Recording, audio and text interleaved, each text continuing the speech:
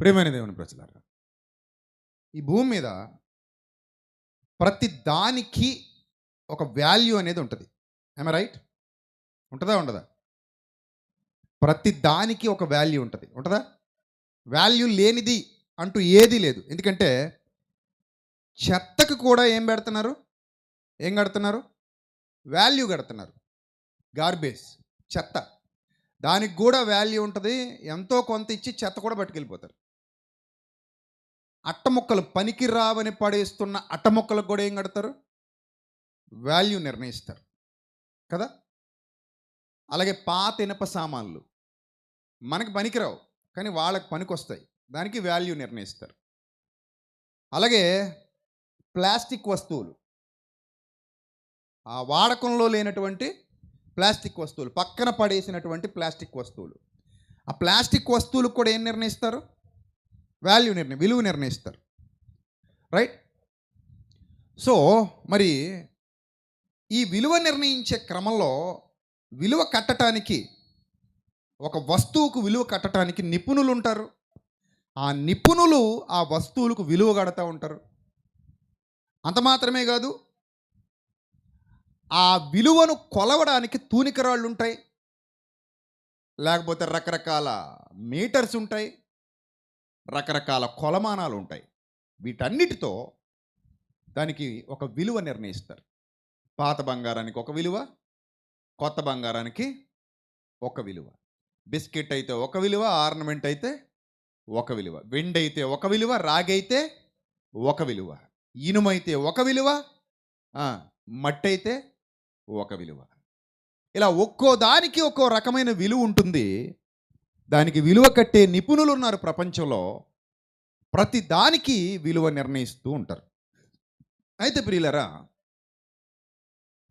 ఈ ప్రపంచంలోని వస్తువుల కంటే, సృష్టిలోని సమస్తం కంటే, సృష్టిలో ఉన్న వాటన్నిటికంటే కూడా గొప్పది ఏది అని మనిషిని అడిగితే మీరు చెప్పండి, ఏది గొప్పది? సృష్టిలో అన్నిటికంటే గొప్పది, అత్యంత విలువైనది ఏది సృష్టిలో? మీరు చెప్పాలి.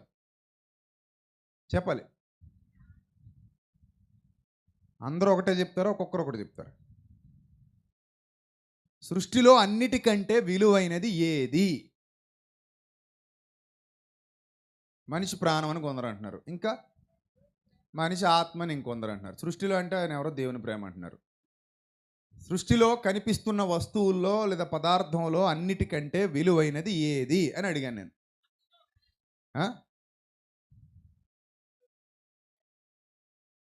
నా ప్రశ్న కూడా అర్థమై చావలేదు మీకు సరిగ్గా. సృష్టిలో కనిపిస్తున్న పదార్థాలలో లేదా వస్తువుల్లో లేదా రూపాలలో, లోహాలలో, whatever it may be, దృశ్యమైన వాటిలో అత్యంత విలువ కలిగినది ఏది? రైట్, చాలా ఆపండి. చేపల మార్కెట్ చేస్తారు మీరు, మళ్ళీ కాసేపు వదిలేస్తే. సరే, ఒక్కొక్కరికి ఒక్కొక్క అభిప్రాయం ఉంది. దీన్ని బట్టి మనం ఏం చెప్పొచ్చు అంటే భిన్నాభిప్రాయాలు ఉన్నాయని చెప్పొచ్చు. రైట్? భిన్నాభిప్రాయాలు ఉన్నాయి. ఒక్కొక్కరు ఒకటి చెప్తున్నారు, ఇంకా ఎవరికి తోచింది వాళ్ళు. ఇక్కడ కాబట్టి ఇలాంటి సమాధానాలు వచ్చాయి. బయటికి వెళ్ళిపోయి అడిగాం అనుకోండి ఇదే ప్రశ్న, మామూలు చేపల మార్కెట్ అవ్వదు. ఇంకా ఒకళ్ళు ప్లాటినం అంటారు, ఒకళ్ళు బంగారం అంటారు, ఒకళ్ళు BMW అంటారు, ఒకళ్ళు రోల్స్ రాయల్స్ అంటారు, ఒకళ్ళు రేంజ్ రోవర్ అంటారు, కార్లు. ఇలా వాళ్ళకి రకరకాలు ఉన్నాయి విలువైనవి అని చెప్పడానికి. వాటి విలువ ఎలా కడతారంటే, ఏదైనా సరే దాని విలువ సందర్భాన్ని బట్టి మారిపోతుంది. గుర్తుపెట్టుకోండి, దేని విలువైనా సరే పరిస్థితిని బట్టి, సందర్భాన్ని బట్టి మారిపోతుంది. ఒక మాట మీకు చెప్తాను, జాగ్రత్తగా వినండి. ఇప్పుడు బంగారం చాలా విలువైనది. ఏమండి? భోజనం విలువైందా, బంగారం విలువైందా?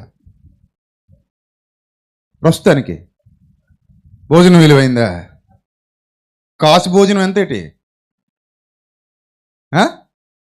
భోజనం విలువైందా, బంగారం విలువైందా? ప్రస్తుతానికి భోజనమా, బంగారమా?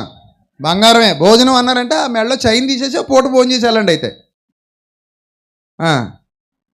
కాబట్టి భోజనం కంటే ఏది విలువైంది? బాగా బంగారం విలువైంది, అంతే తప్ప భోజనం విలువైంది కాదు. మరి పావురపు రెట్ట, బైబిల్లో పావురపు రెట్ట అమ్మబడిన కాలం ఒకటి ఉంది చూడండి. అలాంటి గడ్డు పరిస్థితిలో, కరువు పరిస్థితిలో బంగారం విలువైందా, భోజనం విలువైందా? అదనమాట. కరువు వస్తే భోజనం విలువైంది, కరువు రాకపోతే బంగారం విలువైంది. అంటే సందర్భాన్ని బట్టి విలువ ఏమైపోతుంది? మారిపోతుంది. కొత్త అల్లుడికి విలువ ఎక్కువ, పాత అల్లుడికి విలువ ఎక్కువ? ఏ అల్లుడికి విలువ ఎక్కువ? కొత్త అల్లుడికి బాగా విలువ ఎక్కువ. అన్ని దగ్గరకు వస్తుంటాయి. అమ్మ ఏమైనా తింటావా, స్నాక్స్ పెట్టమంటావా, టిఫిన్ పెట్టమంటావా, అవి పెట్టమంటావా, ఇవి పెట్టమంటావా. సంవత్సరం అయిపోయిన తర్వాత ఒరే ఓబులేసి వెళ్ళి ఒక కేజీ ఉప్మానకు పట్టురారు అంటారు అత్తగారు. అంటే ఒకప్పుడు జీడిపప్పు ఉప్మా చేయమంటారు అల్లుడు గారు అన్న అత్తగారు ఇప్పుడు ఏమంటుంది సంవత్సరం పోయాక? అరే బాబు కొంచెం వెళ్ళి ఒక కేజీ జీడిపప్పు, కేజీ ఉప్మానకు పట్టరా నాన్న, మరి నీకు వంట చేయాలి కదా అంట. అత్తగారు డబ్బులు ఉన్నాయంటే నీ దగ్గర ఉంటాయి కదా, తెచ్చారా నాన్న, పర్లేదులే అంట. అంటే కొత్త అల్లుడు విలువ కొన్నాళ్ళకి ఏమైంది? మెల్లిగా తగ్గింది. ఉండే కొలది ప్రతిదీ ఏమవుతుంది? విలువ ఏమవుతుంది? మారుతుంది. విలువలు ఏమవుతున్నాయి? మారుతున్నాయి. ఎప్పటికీ విలువలు ఒకేలా ఉండట్లా, రేటు మారుతుంది. సో భూమి మీద అన్నిటికంటే విలువైనది ఏది అని మనిషిని అడిగితే మనిషి చెప్పే సమాధానాలకు పొంతనే లేదు. ఎందుకు పొంతన లేదంటున్నానంటే సందర్భాన్ని బట్టి విలువ మారిపోద్ది కాబట్టి ఒకరోజు ఒకటి అంటాడు, మరో రోజు మరొకటి అంటాడు. ఈరోజు విలువైంది, రేపు విలువ లేకుండా పోద్ది, రేపు విలువ లేకుండా పోయింది, ఈరోజు విలువైంది అయిపోద్ది. అవసరం, డిమాండ్ ఉన్నప్పుడు ఏదైనా విలువైందే, డిమాండ్ లేనప్పుడు ఏది కూడా విలువ లేనిదే. మీకు అర్థమవుతుందా? రైట్. ఇప్పుడు ఇదే ప్రశ్న దేవుణ్ణి అడుగుదాం. ప్రభువా, ఈ సృష్టిలో దృశ్యమైన వాటిలో విలువైనది ఏది ప్రభువా అని అడిగితే ఆయన ఏమంటాడు? చెప్పండి, ఆయన ఏమంటాడు? ఏమంటాడు? బంగారం అంటాడా? వెండి అంటాడా? పోనీ నా వాక్యం అంటాడా? నా బైబిల్ అంటాడా? నా ప్రేమ అంటాడా? మరేమంటాడు? ఏమంటాడు చెప్పనా? దేవుడు లోకమును ఎంతో ప్రేమించెను. ఎంత ప్రభువా? విలువ కట్టలేనంత తన కుమారుడైన క్రీస్తును కూడా వాళ్ళ కోసం చంపేసుకునేంత. దీన్ని బట్టి మానవుల దృష్టిలో విలువైనవి అంటే ఏవేవో మారతాయేమో కానీ దేవుని దృష్టిలో విలువ అయినది, విలువ కలది ఏదైనా ఉంది అంటే అది నువ్వు మాత్రమే. Right right. మరొక అద్భుతమైన పాయింట్ చెప్తాను. మనం ఇందాక మాట్లాడుకున్నట్టు మానవుల దృష్టిలో డిమాండ్ని బట్టి విలువ మారిపోతూ ఉంటుంది. డిమాండ్, ఎక్కడైతే డిమాండ్ ఉందో అక్కడ విలువ పెరుగుతుంది. డిమాండ్ లేని చోట ఏమైపోద్ది? విలువ తగ్గిపోద్ది. అందరూ మనుషులే, పెళ్లి కొడుకులు అందరూ ఆ కొడుకులే, పెళ్లి కొడుకులే. అవే కాళ్ళు, అవే ముక్కు, అవే చెవులు, అవే నోరు, అవే కొంత తెల్లగుంటారు, కొంత నల్లగుంటారు, కొంత పొట్టుకుంటారు. కానీ ఉద్యోగం ఉన్న పెళ్లి కొడుక్కి రేట్ ఎక్కువ, ఉద్యోగం లేని పెళ్లి కొడుక్కి రేటు తక్కువ, తూకం ఎక్కువ ఉండదు. మనుషులు మామూలే. కొంచెం పేరున్నోడికి తూకం ఎక్కువ, పేరు లేనోడికి తూకం తక్కువ. అమ్మాయిలు అందంగా ఉంటే డిమాండ్ ఎక్కువ, అందంగా లేకపోతే డిమాండ్ తక్కువ. డబ్బులు ఉంటే డిమాండ్ ఎక్కువ, డబ్బులు లేకపోతే డిమాండ్ తక్కువ. అందరూ అమ్మాయిలే, అందరూ అబ్బాయిలే. చూసారా? మళ్ళీ ఈ విలువ చిరకాలం ఉంటుందా అంటే పెళ్లినాటి మాటలు విడాకుల నాడు ఉండవు. అది పెద్దలు చెప్పే సామెత. మారిపోతూ ఉంటుంది. కానీ దేవుని దృష్టిలో నీ విలువ ఎప్పటికీ మారదు, ఎప్పటికీ మారదు. అయితే ఇప్పుడు చిన్న ఎక్స్పెరిమెంట్ చేస్తున్నాను, దాని తర్వాత నేను నా టాపిక్లోకి వెళ్తాను. మంచి టాపిక్ ఈరోజు మీరు వినబోతున్నారు. ఒక ఎక్స్ట్రాడినరీ సందేశాన్ని మీ ముందు తీసుకొచ్చా. చెప్పాను కదా, పొద్దునే చెప్పాను, మీకు మాట ఇచ్చా. ఈ 6 రోజులు రైట్ డెసిషన్ ఏంటి, రాంగ్ డెసిషన్ ఏంటి, డెసిషన్ మేకింగ్ అనేది ఎలా ఉండాలి అనే అంశం మీద మిమ్మల్ని స్కాలర్స్ని చేసి పంపించటమే మీ అన్నయ్యగా నా బాధ్యత. అది నాకు దేవుని ఆత్మ ఇచ్చినటువంటి ఒక ప్రేరణ. కాబట్టి తప్పకుండా మిమ్మల్ని బలపరిచి మీ గృహాలకు పంపిస్తాను. ఈ 6 రోజులు మీరు వెళ్ళే రోజు మీరు కన్నీళ్లతో వెళ్తారు. ఇంత మంచి వాతావరణం మాకు రోజు ఉంటే బాగుండు అనిపించేంతగా. అది నేను మీకు ఇస్తున్నటువంటి మాట. Right right come on. ఈ అమ్మాయి వేదిక మీదకి కొన్ని ఐటమ్స్ తీసుకొస్తుంది. వేదిక మీదకి ఈ అమ్మాయి కొన్ని ఐటమ్స్ తీసుకొస్తుంది. తీసుకొచ్చి ఇక్కడ పెట్టి రైట్. కొన్ని ఐటమ్స్ తీసుకొచ్చింది. పురుషుల్లో నుండి 2 రావాలి, స్త్రీల్లో నుండి 2 రావాలి. నువ్వు ఇక్కడే ఉంటావు చిన్న, పట్టుకెళ్ళిపోదు కానీ ఒకసారి ఇటురా. పురుషుల్లో నుండి 2, స్త్రీల్లో నుండి 2 వేదిక మీదకి రండి త్వరగా.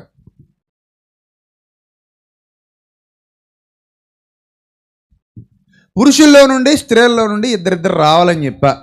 వస్తుంది ఒక అమ్మాయి, ఇంకొక అమ్మాయి కావాలి. వస్తున్నావా? వెరీ గుడ్ రా. పురుషులు నేను సెలెక్ట్ చేసుకోనా? అది ఎవరో అబ్బాయి వస్తున్నాడు రా. ఇంకొకటి రావాలి, ఇంకో తమ్ముడు ఎవరొకళ్ళు. అరే శ్రీకాకుళం రా నాన్న.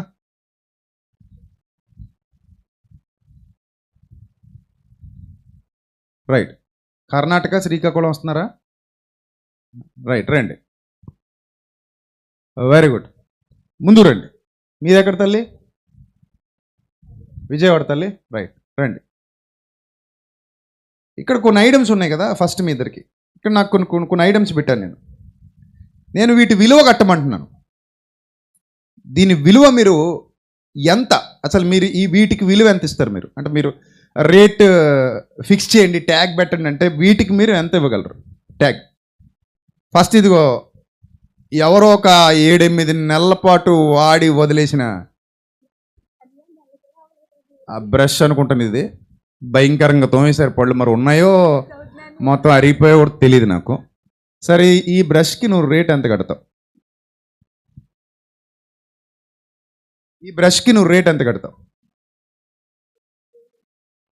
అదే రేట్ అసలు లేదు దీనికి, కొంచెం కూడా లేదు. కొంచెం కూడా కట్టవు. వాడి పడేశారు కాబట్టి కొంచెం కూడా రేటు కట్టనంటావు. అస్సలు కట్టనంటావు కొంచెం కూడా. రైట్. కొంచెం కూడా రేటు కట్టదటండి. ఇప్పుడు ఈ అమ్మాయి కట్టలేదు కాబట్టి ఎవరు కట్టరా దీనికి చెప్పాలి. ఈ అమ్మాయి ఈ బ్రష్కి రేటు కట్టనంటుంది, ఎవరో వాడి పడేసారని అంటుంది. ఈ అమ్మాయి కట్టలేదు కాబట్టి ఎవరో కట్టరా? కడతారు కదా. ఎంతో కొంత దొరుకుతుంది కదా, ఎంతో కొంత, కనీసం పైసల్లో అయినా సరే. ఈ అమ్మాయి మాత్రం కట్టదంతే. సరే తల్లి కూర్చో. నెక్స్ట్ ముందురా. ఈ 2 ఏంటివి? మట్టి. ఒకసారి పట్టుకో. నీకేమైనా పనికి వస్తుంది అది? రేట్ అయినా కడతావు దానికి? కట్టవు, అస్సలు కట్టవు. ఇప్పుడు ఇక్కడ 2 మట్టి ముద్దలు ఉన్నాయి, బూరులా చేసుకొచ్చారు. ఇది మట్టి ముద్దే, ఇది మట్టి ముద్దే. ఈ 2 మట్టి ముద్దలకి ఏమైనా రేటు కడతావా అని అడిగితే తమ్ముడు అంటున్నాడు నేను అసలు కట్టను అంటున్నాడు. రేట్ లేదట దీనికి ఏం లేదు, రేటు లేదు, ఫిక్స్ చేయడు అసలు. అసలు ప్రైస్ అనేది ఎవడు దీనికి ట్యాగ్ వేయడు అనమాట. ట్యాగ్ లేకుండా ఉంది ఇది. అమెజాన్లో భోగి పిడకలు కూడా అమ్ముతున్నారు. పండగ కదా ఇప్పుడు, భోగి పండగ నెక్స్ట్ వస్తుంది. ఆ పిడకలు కావాలంటే మీరు అమెజాన్లో ఆర్డర్ చేసుకోవచ్చు. ఇది వరకంటే మనం చిన్నతనంలో భోగి పిడకలు చేసి మన తాత ముత్తాతలు దానికి మళ్ళీ గారెలకు పెట్టినట్టు కన్నాలు పెట్టి గోడ కంటించి అన్నీ ఒలిచి మళ్ళీ దాన్ని దండగుచ్చి పట్టుకెళ్ళి భోగి మంటలో వేసి రమ్మనేవారు చిన్నప్పుడు. ఇప్పుడు ఆ భోగి పిడకలు కూడా ఆన్లైన్లో దొరుకుతుంటే తమ్ముడు ఏమంటున్నాడు అంటే దీనికి నేను విలువ కట్టను అంటున్నాడు. మట్టి కదా, విలువ లేదు నా దృష్టిలో, దీనికి నేను విలువ ఇవ్వను అంటున్నాడు. రైట్. నువ్వు కూడా అంతేనా తమ్ముడు? దీనికైనా విలువ ఇస్తావా? మట్టి ముద్దకి ఏమేవో రేటింగ్ కట్టవు. నీకేం అమ్మలే చెప్పు. అంటే ఇప్పుడు ఒక 50 రూపాయలు కడతానంటే నీకు 50కి అమ్మేస్తాను అనుకుంటున్నావా? అలా ఏం చేయను. కానీ అసలు ఏమైనా రేటు కడతావా? కడతావు. ప్రస్తుతానికి ఏం కట్టవు. ఓకే రైట్, కూర్చోండి. మీరు మళ్ళీ పిలిచినప్పుడు రండి, పని ఉంటుంది. సో ఇక్కడ ఉన్నటువంటి ఐటమ్స్ ఏవైతే ఉన్నాయో ఈ ఐటమ్స్కి వాళ్ళ దృష్టిలో విలువ లేదు, విలువ కట్టరు వాళ్ళు. ఇదే ప్రశ్న మనం మనుషులందరినీ ఉదాహరణగా తీసుకుని ఇతని రేట్ ఎంత కడతావు అని ఎవరినైనా అడిగామనుకోండి, ఒక్కొక్కడు రేటు కడతాడు, ఒక్కొక్కడేమో రేటు లేదంటాడు. ఒకడికి మనం నచ్చుతాం, ఒకడికి మనం ఏమో నచ్చం. మన రేట్ ఎంతని మనల్ని అడిగితే ఏం చెప్తాం? ఇప్పుడు వేదిక మీదకి మాకు ముగ్గురు వచ్చారు కదా, మీకు మీరు ఎంత రేటు కట్టుకుంటారో చెప్పండి. చెప్పాలి. శ్రీకాకుళం తమ్ముడు సార్ లేచి నిలబడు. ఇప్పుడు నీ రేట్ ఎంత చెప్పు నాకు. మీ అమ్మ నాన్న పెట్టారా ఏమన్నా? పెట్టలేదా? ఉద్యోగం వచ్చింది కదా మొన్నే, పెట్టే ఉంటారు నాకు తెలిసి. పెట్టకుండా ఎందుకుంటారు? నువ్వు పెట్టుకోకపోయినా మీ అమ్మ నాన్న పెడతారు కదా. ఏం పెట్టలే ప్రస్తుతానికి, ఇంకా పెట్టే ఉద్దేశంలో ఉన్నారా? రైట్. నువ్వు ఎంత కట్టుకుంటావు? నీ రేటు చెప్పు. నువ్వు విలువైనోడువా కాదా? ఎంత? 15, 20 అంటే లక్షలా? 15 లక్షలు అంటే పిల్లాడు. ఒకసారి పైకి రా.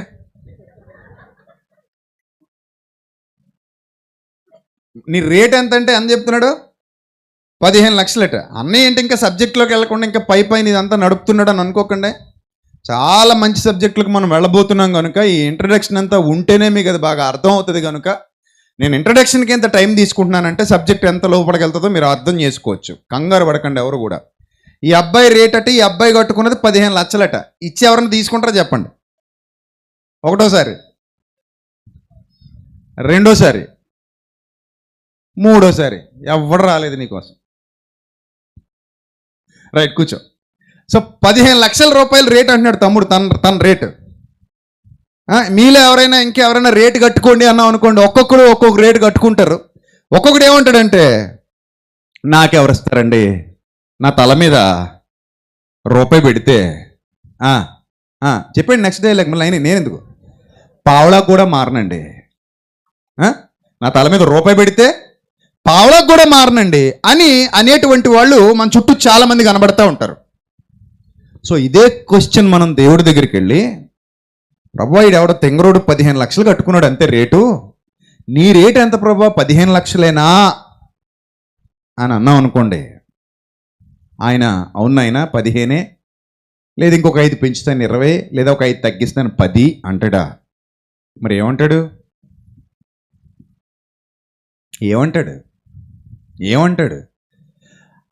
అదే తమ్ముడు నా రేటు 15 లక్షలని చెప్పుకుంటున్నా, అదే తమ్ముడిని దేవుడి దగ్గరికి తీసుకెళ్ళి నిలబెడితే, ప్రభువా ఈ తమ్ముడి రేట్ ఎంత ప్రభువా నీ దృష్టిలో అని అడిగితే ఆయన ఏమన్నాడు తెలుసా?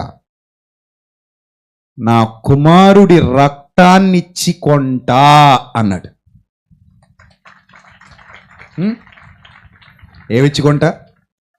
ఈ కుర్రాడిని నువ్వు 15 లక్షలని చెప్పుకుంటున్న ఈ కుర్రాడిని నువ్వెంత కొంటావు ప్రభు అంటే, నా కుమారుడి రక్తాన్నిచ్చి కొనుక్కుంటా. అబ్బా అబ్బా అబ్బా, ఎంత ప్రభు నీ కుమారుని రక్తపు విలువ?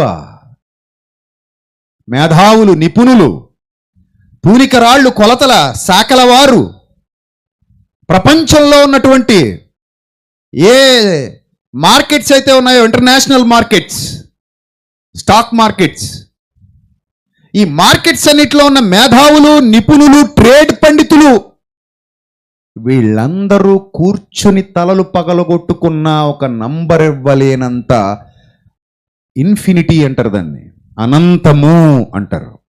అలాంటి అనంతమైన విలువ యేసుక్రీస్తు ప్రభువారి రక్తానికి ఉంది. అందుకే ఒక పదప్రయోగం చేశాడు బైబిల్ గ్రంథంలో. దానికి ఏమని పదప్రయోగం చేశాడు? పేతురు గారు చదవండి రిఫరెన్స్. పేతురు గారు ఏమని పదప్రయోగం చేశాడు? చదవండి రిఫరెన్స్ చదవండి. పేతురు గారు రాసిన మొదటి పత్రిక,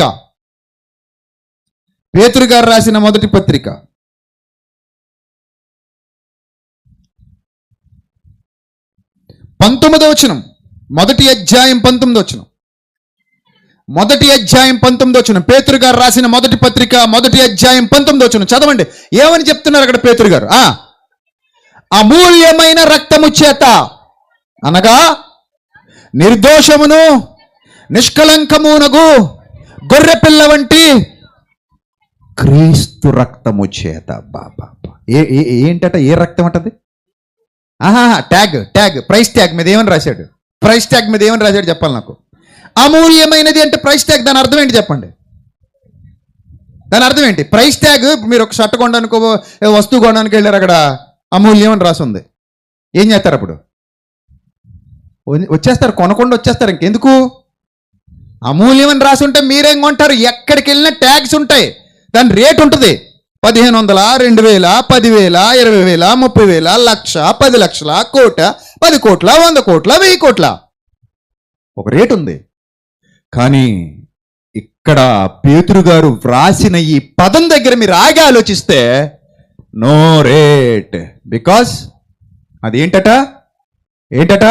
రేట్ నిర్ణయించటానికి అవకాశం లేనటువంటి ఒక అద్భుతమైనది, వర్ణింప వీలు కానిది, వర్ణింప సఖ్యము కానిది. అందుకే దాన్ని ఏమన్నాడంటే అమూల్యము అన్నాడు. అమూల్యమైన క్రీస్తు రక్తము పరలోకం నుంచి వచ్చింది ఈ లోకానికి. పరలోకం నుంచి వచ్చాడు ఈ లోకానికి. పరిశుద్ధతతో వచ్చాడు, పరిశుద్ధతతో ఉన్నాడు, పరిశుద్ధతతో చనిపోయాడు, పరిశుద్ధతతోనే తిరిగి లేచాడు. ఆ పరిశుద్ధుడైన క్రీస్తు రక్తాన్ని నీకిచ్చి కొన్నాడు అని అంటే, నిన్ను కొన్నాడు. అది ఇచ్చి నిన్ను కొన్నాడంటే, ఇప్పుడు నేను చెప్తున్నాను, తెగించి చెప్తున్నాను, సాహసించి చెప్తున్నాను, దేవుని ఆత్మ కలిగిన వాడనే చెప్తున్నాను, క్రీస్తు రక్తము కంటే కూడా నువ్వు దేవుని దృష్టిలో విలువైన వాడవు. ఎంత గొప్పవాడవు, ఎంత గొప్పదానవి. ఇప్పుడు నేను ఏదైనా ఇచ్చి ఒకటి కొన్నానంటే, నేను కొన్నది నాకు విలువైనదా, నేను ఇచ్చింది నాకు విలువైనదా? చెప్పండి మీరు నాకు. ఏది నాకు విలువైంది కాబట్టి ఒకటి ఇస్తాను. నేను ఒక వాటర్ బాటిల్ తీసుకుంటున్నా, 20 రూపాయలు ఇచ్చా. నాకు ఏది విలువైనది ఇప్పుడు? ఎస్, నాకు ఆ వాటర్ విలువైంది. ఎందుకంటే నాకు ఇప్పుడు 20 కాదు, నాకు 20 పోయినా పర్లేదు. ఏం కావాలి? వాటర్ కావాలి, రైట్? నాకు 50,000 పోయినా పర్లేదు, ఒక తులం బంగారం కావాలి. 50,000 పోయినా పర్లేదు, నా దగ్గర నుంచి ఏం కావాలి? ఒక తులం బంగారం కావాలి. ఇప్పుడు నా దృష్టిలో 50,000 విలువైందా, తులం బంగారం విలువైందా? రైట్? నాకు ఒక 100 రూపాయలు పోయినా పర్లేదు, ఒక డజన్ అట్టిపళ్ళు కావాలి. ఏది విలువైంది? 100 కాదు, డజన్ అట్టిపళ్ళు.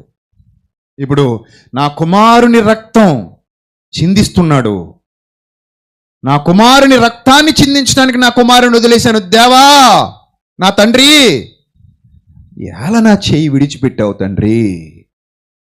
దేవా, నా దేవా, నన్నేలా చెయ్యి విడిచితివి అని ఆయన ఘోషిస్తున్నా సరే, ఏడుస్తున్నా సరే, బాధపడుతున్నా సరే, తండ్రి నీ చిత్తమైతే ఈ గిన్నె నా యొద్ద నుండి తొలగించు, అయినను నా చిత్తము కాదు నీ చిత్తమే సిద్ధించును గాక ఆయన ఆవేదన వ్యక్తం చేస్తుంటే, దేన్ని పట్టించుకోకుండా చెయ్యి విడిచిపెట్టేశాడు అని అంటే, ఏది విలువైంది దేవుని దృష్టిలో? ఆయన రక్తమా, నువ్వా? ఏది చూసారా? మనం ఎక్కడ ఆగిపోయాం? ఉన్నాళ్ళు అమూల్యమైనది అనగానే మనం ఎక్కడ ఆగిపోయాం? ప్రభు రక్తం దగ్గర ఆగిపోయాం. అఫ్ కోర్స్ అది అమూల్యమైనదే, పేతురు గారు చెప్తున్నారు కాబట్టి, పరిశుద్ధాత్ముడు సాక్ష్యం ఇచ్చాడు కాబట్టి. కానీ ఇంకా డెప్త్కి వెళ్ళి ఆలోచిస్తుంటే, ఆ అమూల్యమైనది కూడా ఇచ్చేసి కొన్నాడంటే ఇదెంత అమూల్యమైంది దేవుని దృష్టికి. అందుకే వ్రాయబడిన మాట నీ మనోనేత్రాలకు అర్థమైతే, ప్రభు పాదాలు విడిచిపెట్టి అసలు ఉండగలవా నువ్వు? ప్రభు కోసం బతక్కుని ఉండగలవా నువ్వు? అసలు ఏమన్నది తెలుసా? వ్రాయబడిన మాట ఏమని చెప్తున్నాడు తెలుసా? దేవుడు నిన్ను నన్ను ఎంతో ప్రేమించెను కాగా తన ద్వితీయ కుమారునిగా పుట్టిన వాని యందు విశ్వాసముంచు ప్రతివాడు నశింపక నిత్య జీవము పొందునట్లు ఆయననే మనందరి కొరకు అనుగ్రహించెను. అప్పుడైనా మనకు అర్థం కావాలి, నేను ఇంత విలువైన వాడనా ప్రభువా, నేను ఎంత విలువైన దాననా ప్రభువా, నాలో నువ్వేం చూసావు? నా విలువ నాకు అర్థం కావట్లేదే ఇంతకాలం, నా గొప్పతనం నాకు అర్థం కావట్లేదు. అవును ప్రభువా, మట్టి హృదయం నాది, ఎవడో ఒకడు వచ్చి బుద్ధి చెప్తే తప్ప, ఎవడో ఒకడు సానబెడితే తప్ప, ఎవడో ఒకడు నన్ను రేపితే తప్ప నా మట్టి బుర్రకి ఇవన్నీ అర్థం కాదు కదా ప్రభువా.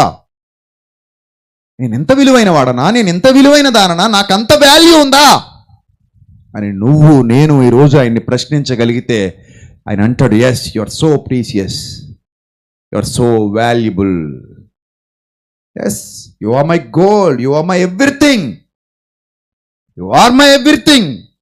నీ కోసం నా కుమారుడైన క్రీస్తునే వదిలేశాను. రోమపత్రిక 8వ అధ్యాయం, రోమపత్రిక 8వ అధ్యాయం 31, 32, రోమపత్రిక 8వ అధ్యాయము 32 చూడండి ఏమనుందో అక్కడ. తన సొంత కుమారుని అనుగ్రహించుటకు వెనక్కి తీలేదట. దేనికోసం దేన్ని వదిలేశాడు? తన సొంత కుమారుని అనుగ్రహించుటకు వెనుక తీయక మనందరి కొరకు ఆయనను అప్పగించిన వాడు ఆయనతో పాటు సమస్తమును మనకెందుకు అనుగ్రహింపడో అన్నాడంటే అపోస్తలుడైన పౌలు. అక్కడే మీకు ఆయన మనసు అర్థం కావాలి. నువ్వెంత గొప్పవాడివు ఆయన దృష్టిలో, నువ్వెంత గొప్పదానివు ఆయన దృష్టిలో.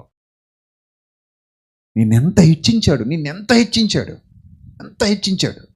నా కుమారుని రక్తం కంటే నువ్వే నాకు ఎక్కువ అన్నాడు. నా కుమారుడి కంటే కూడా నువ్వే నాకు ఎక్కువ. కలిగి ఉన్నది ఏది ఆయన లేకుండా కలగలేదు. దేవునితో సమానముగా ఉండుట విడిచిపెట్టకూడని భాగ్యమని ఎంచుకొనలేదు, కానీ దేవుని పోలికగా పుట్టి దాసుని స్వరూపమును ధరించుకుని తన్ను తానే రిక్తునిగా చేసుకొని ఈ లోకానికి వచ్చిన దైవ కుమారుడైన క్రీస్తును కూడా నీ కొరకు నా కొరకు వదిలేశాడంటే దాన్ని బట్టి మీ అందరికీ అర్థం కావాలి, ఎస్, నా ప్రభువుకి నేను చాలా ఎక్కువ. మరి నేను ఎలా కనబడుతున్నాను సమాజానికంటే? విలువలేని వాడవుగా. నీకు నువ్వు ఎలా కనబడుతున్నావు అంటే నిన్ను కూడా ఎప్పుడు తగ్గించుకుంటూనే ఉంటావు. ఆత్మగౌరవం ఉండదు కొంతమందికి, ఆత్మాభిమానం ఉండదు. ఆత్మగౌరవం లేనివాడు, ఆత్మాభిమానం లేనివాడు ప్రతి వాడి కాళ్ళ దగ్గర కుక్కలప్పడి ఉండాలనుకుంటాడు. ప్రతి వాడి చేత కించపరచబడతా ఉంటాడు. ప్రతి వాడి చేత అవమానపరచబడతా ఉంటాడు. తనను తాను ఎప్పుడూ బాబా మీ పాదాలు, బాబు మీ పాదాల దగ్గరే బాబు, మా బతుకంత ఎక్కడ మీ పాదాల దగ్గరే బాబు అనుకుంటూ బతికేస్తుంటాడు. కానీ ఆత్మాభిమానం గలవాడు ఎలా ఉంటాడు తెలుసా? రాయల్గా ఉంటాడు. ఏనుగు బతికిన వెయ్యనట, చచ్చిన వెయ్యనట అంటారు. మరి ఎంతో నాకు తెలియదు రేటు, సామెత. ఆత్మాభిమానం కలిగిన వాడు కూడా అలాగే ఉంటాడు. బతికిన వెయ్యే, చచ్చిన వెయ్యే. ఆకలితో చావనైనా చచ్చిపోతాను గాని గడ్డి తిననంటది సింహం. ఎప్పుడైనా సింహం గడ్డి తినట్టు చూసారా? తిందో. ఆకలితో చచ్చిపోద్ది, వేటకెళ్తుంది, మాంసం దొరికితే తింటది. తన చుట్టూ బోల్డంత గడ్డి ఉంటుంది కానీ గడ్డి తిందో. కానీ మనిషి అలా కాదు. అవసరమైతే కొన్ని సందర్భాల్లో గడ్డి కూడా తింటుంటాడు. ఎందుకు గడ్డి తింటాడు అంటే ఆత్మగౌరవం లేనివాడు, సెల్ఫ్ రెస్పెక్ట్ లేదు, ఆత్మాభిమానం లేదు. ఎవడి కాళ్ళ కిందో లేదా ఎవడి మోచేతి కిందో నీళ్లు తాగుతూ కుక్క బతుకు బతకడానికి కూడా ఇష్టపడే వాళ్ళు ప్రపంచంలో, సమాజంలో చాలా మంది ఉన్నారంటే విలువ లేని బతుకులు. తమ మీద తమకే విలువ లేదు, తమ మీద తమకే నమ్మకం లేదు, తమంటే తమకే వాల్యూ లేదు. నీ మీద నీకే వాల్యూ లేనప్పుడు నీకెవడో ఎందుకు వాల్యూ ఇస్తాడు? నువ్వంటే నీకే గౌరవం లేనప్పుడు నీకెవడో ఎందుకు గౌరవం ఇస్తాడు? నిజంగా నీ మీద నీకు వాల్యూ ఉంటే, నీ మీద నీకు గౌరవం ఉంటే నీ స్థాయి నువ్వు పెంచుకుంటావా, తగ్గించుకుంటావా? చెప్పు నాకు, చెప్పు. సెల్ఫ్ రెస్పెక్ట్ ఉంది నీకు, ఆత్మగౌరవం ఉంది, ఆత్మాభిమానం ఉంది. నీ స్థాయి నువ్వు పెంచుకుంటావా, తగ్గించుకుంటావా? చెప్పాలి. ఏం చేస్తావు? నీ స్థాయి నువ్వు పెంచుకుంటావు తప్ప తగ్గించుకో. ఇప్పుడు కూడా కుక్క బతుకు బతకో, చీప్గా బతకో. ఎందుకు చీప్గా బతకో అంటే సెల్ఫ్ రెస్పెక్ట్. ఒకరితో అనిపించుకోకూడదు, ఒకడు నన్ను వేలెత్తి చూపకూడదు, ఒకటి కాళ్ళ కింద చెప్పులనే బతకూడదు, ఒకడెవడో నన్ను డిమాండ్ చేసేలా నేను ఉండకూడదు. గంజి నీళ్ళు తాగి బతికినా పర్లేదు, నీతిగా బతకాలి. అలా చెప్పడు. అప్పైనా పర్లేదు, నిప్పులాడి సారా తాగలటాడు దరిద్రుడు. గంజి నీళ్ళు తాగి బతికినా పర్లేదు, నీతిగా బతకాలని చెప్పడు. అప్పైనా పర్లేదట, ఎలా తాగాలట? నిప్పులాడి సారా తాగాల. పనికిమాలిన సామెతలు. అంటే సెల్ఫ్ రెస్పెక్ట్ లేని ప్రతోడు ఇలాంటి పనికిమాలిన సామెతలు చెప్పుకుంటూ బతికేయడమే. ఇదే మానవాళ్ళందరికీ అలవాటు అయిపోతే దేవుడు బాధపడుతున్నాడు. నిజం. ఈ పరిస్థితిలో ఏం జరిగిందో చెప్పనా? విలువైన వాళ్ళు కూడా తమను తాము ఎలా ఎంచుకుంటున్నారు? విలువలేని వాళ్ళుగా ఎంచుకుంటున్నారు. నాకు ఒక్కోసారి బాధేస్తుంది. విలువైన వాళ్ళు ఎప్పుడు తమను తాము విలువలేని వాళ్ళుగా ఎంచుకోకూడదు. విలువైన వాళ్ళు ఎప్పుడు తమను తాము తక్కువ వాళ్ళుగా ఎంచుకోకూడదు. తనను తాను తగ్గించుకోవడం అంటే మనల్ని మనం కించపరుచుకోవడం అని కాదు. మరి మీకు ఎలాగ అర్థమైందో నాకు తెలీదు. తనను తాను తగ్గించుకోవడం అంటే కొంతమంది దృష్టిలో, ఏమన్నా నేను సూట్ వేసుకున్నాడంటే అసలు తగ్గింపు లేదంటే పనికి మాలినోడా, సూట్కి తగ్గింపుకి సంబంధం ఏముంది? చెప్పు, నువ్వు చెప్పు నాకు. అంటే చొక్కా వేసుకుని పోరం బొగ్గు బతుకులన్నీ బతికేస్తుంటే ఆ తగ్గింపు అది? ఎవడు చెప్పాడు నీకు? బుర్ర తక్కువ డాష్. చొక్కా వేసుకుని పనికిమాలిన పనులు చేసేస్తుంటే అది ఎవడు చెప్పాడు? సూట్ వేసుకున్నాడంటే డిగ్నిఫైడ్గా ఉన్నాడు, తప్పేంటి? నీ డబ్బులను కొట్టేసి వేసుకున్నాడు వాడు డబ్బులేగా. వేసుకుంటాడు, డిగ్నిఫైడ్గా ఉంటాడు. యాజ్ ఎ లెక్చరర్ ఎలా ఉంటాడు? లోకంలో పాఠాలు చెప్పే లెక్చరర్ ఎలా ఉంటాడు? డిగ్నిఫైడ్గా ఉంటాడా? ఉండడా? ఉంటాడుగా. ఇప్పుడు దేవుని వాక్యం లోకాధికారుల కంటే గొప్పదైన జ్ఞానం, దేవుని జ్ఞానం. ఆ జ్ఞానం చెప్పేవాడు డిగ్నిఫైడ్గా ఉంటే తప్ప. అలాగనుకుంటే అబ్రహాం లింకన్ సూట్ వేసుకునే ఉండేవాడు, తగ్గింపు లేదు అందాం ఆయనకి. అంబేద్కర్ గారు సూట్ వేసుకునే తిరిగారు, తగ్గింపు లేదు అందాం ఆయనలో. యేసు ప్రభు వారు మంచి వస్త్రాలు ధరించుకున్నారు, తగ్గింపు లేదందాం ఆయనలో. వస్త్రాలు చెప్పో తగ్గింపు. వస్త్రాలు అనేవి ఎందుకంటే డిగ్నిఫైడ్గా ఉండడానికి, గౌరవప్రదంగా ఉండడానికి. గౌరవప్రదంగా వస్త్రం ఏమిస్తుంది? గౌరవాన్ని ఇస్తుంది. ఏ వస్త్రమైనా వేసుకో, గౌరవాన్ని ఇస్తుంది. రేటును బట్టి గౌరవం రాదు. మొన్న నేను ఖతార్ వెళ్ళినప్పుడు ఒక షాప్లో చూస్తూ ఉంటే చిరిగిపోయిన ప్యాంట్ ఉంది అక్కడ. చిరిగిపోయిన ప్యాంట్ అంటే తెలుసు కదా, పెద్ద పెద్ద కన్నాలు ఉంటాయి, మొత్తం మోకాలు బయటకు వచ్చేస్తుంటుంది ప్యాంట్లోంచి, తొళ్ళ కూడా కనబడుతున్నాయి. ఆ ప్యాంట్ ఉంది. అసలు వీళ్ళు రేట్ ఎంతో చూద్దాంరా అని చెప్పి నేను వెళ్ళి ఇలా తిరిగేశా. రేటు చూస్తే మన ఇండియా మనీలో 6,000 ఉంది ప్యాంట్. అది ఇండియా మనీలో 6,000. ఖతార్లో ఒక రియాల్ వచ్చేసి ఎంత? 22.5 అనుకుంటా ప్రస్తుతం రేటు. అంటే 22.5 ఇండియన్ రూపీస్. అక్కడ రియాల్ వచ్చేసి అంతే కదా, రైట్. అక్కడ ఇండియా రేట్ 6,000 ఉందో ప్యాంటు. అంటే చిరిగిపోయి. ఇప్పుడు అది నేను కొనుక్కుని వేసుకొచ్చాను అనుకోండి ఇక్కడికి, అన్నయ్య 6,000 రూపాయలు ప్యాంట్ వేసుకున్నాడు అంటారా? మరి ఏమంటారు మీరు? ఏరముట్టోళ్ళగా ఈ ప్యాంట్ ఏందిరా నాయన అంటారు. అంటే రేటుని బట్టో లేకపోతే ఇంకో దాన్ని బట్టో వచ్చేదేమీ లేదు, అలాగని పోయేది లేదు. ఒక మాట మీరు గుర్తుపెట్టుకోండి, అదే ప్యాంటు రోడ్డు మీద ఉన్న ఒక యాచకుడు వేసుకున్నాడు అనుకోండి, మనకి జాలి కలుగుతుంది. అవునా కదా? అంటే అప్పుడు దానికి విలువ పెరిగిందా లేదా? అక్కడ పెరిగింది ఆటోమేటిక్గా. మీరు డబ్బులు ఇస్తారు తిరిగి. ఆ ప్యాంటు చూసి మళ్ళీ మీరు ఏం చేస్తారు? తిరిగి డబ్బులు ఇస్తారంటే ఆ సందర్భంలో మళ్ళీ పరిస్థితి మారిపోయింది. అదే ఈ సందర్భంలో ఆ ప్యాంట్ వచ్చింది అనుకోండి, ఎక్కడ మళ్ళీ పరిస్థితి తేడా కొట్టేసింది. ఈ పాయింట్ మీకు అర్థమైతే ఒక వ్యక్తి గౌరవప్రదంగా హుందాగా ఉంటున్నాడు అంటే ఆత్మగౌరవం కలిగిన వాడు అని అర్థం. దాన్ని బట్టి అతనికి తగ్గింపు లేదు అంటే అది మూర్ఖత్వం. అర్థమవుతుందా? తగ్గింపు అనేది హృదయాంతరాలలో నుండి వచ్చేది. అహంకారం లేకుండా తన బ్రతుకు తాను బ్రతుకుతూ తనకు తాను గౌరవాన్ని ఇచ్చుకుంటూ ఇతరులకు విలువనివ్వడాన్ని తగ్గింపు అంటారు. అంతేగాని మీరు అందరూ వచ్చి నా మీద కాలేసి తొక్కండి నేను తొక్కించుకుంటానంటే అది గౌరవం కాదు, తగ్గింపు కాదు. గౌరవహీనత, సెల్ఫ్ రెస్పెక్ట్ లేకపోవడం అంటారు. నీకు విలువ లేని చోట కూడా నువ్వు ఇంకా కూర్చుని ఉన్నావంటే నీకు ఆత్మగౌరవం లేదని అర్థం. నీకు విలువనివ్వని వాడిని కూడా పొగుడుతూ పొగెత్తనావంటే నీకు అసలు సెల్ఫ్ రెస్పెక్ట్ లేదని అర్థం. నీ విలువను గుర్తించలేనప్పుడు ఇంక నువ్వేం బతుకుతావు చెప్పు. ఏదైనా ఒక ప్రోడక్ట్ అమ్మాలంటే దానికి ఏం కట్టాలని చెప్పాను ఇందాక? రేటు నిర్ణయించాలి.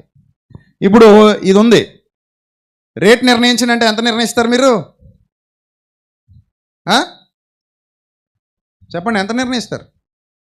గట్టిగా చెప్పాలి, గట్టిగా. 5? 5ఏనా? 20? ఇంకా చెప్పాలి, ఇంకో 4-5 చెప్పాలి. 10 అబ్బాయి. ఏ ఊరు నాన్న మంది? 10. ఇంకా తొందరగా టక్టక అంతే కదా. 10, 20, 5 అదిని. ప్రకాష్ గారు ఉన్నారా మండపేట? ఉన్నారా లేదా ఇక్కడ? మొన్న మండపేటలో నాకు అలవాటు ఏంటంటే వెళ్ళి బైబిల్ ముందు పెట్టుకుని పెన్ తీసుకుని బైబిల్ తీసుకున్న తర్వాత నాకు ఏదైనా థాట్ వచ్చింది అనుకోండి, పక్కన ఉన్న చెల్లెమ్మల పెన్నెలగి తల్లి అంటాను, పెన్ ఇస్తుంటారు. వారం ఇది అలవాటు అయిపోయింది నాకు. పెన్నీలి అమ్మ అంటుంటే ఆయన మన జనవరి 1కి తెచ్చి, అన్న అస్తమానం అలా పెన్ అడుగుతున్నారు కదన్న, ఈ పెన్ జేబులో పెట్టుకోండి అన్న ఇచ్చాడు. ఏంది పెన్ను గొప్పతనం అని చూస్తే 1000 రూపాయలు. ఇది ఎంత? నువ్వు 5 రూపాయలు ఇస్తావా? నువ్వు 20 రూపాయలు ఇచ్చేస్తావా? ఈ పెన్ రేట్ ఎంత? మొన్న జనవరి 1కి నాకు వచ్చిన గిఫ్ట్ ఇది, 1000 రూపాయలు. చూసారా మీరు రేట్లు కట్టడం తగలయ్యా. ఎలా ఉంటాయి మన రేట్లు?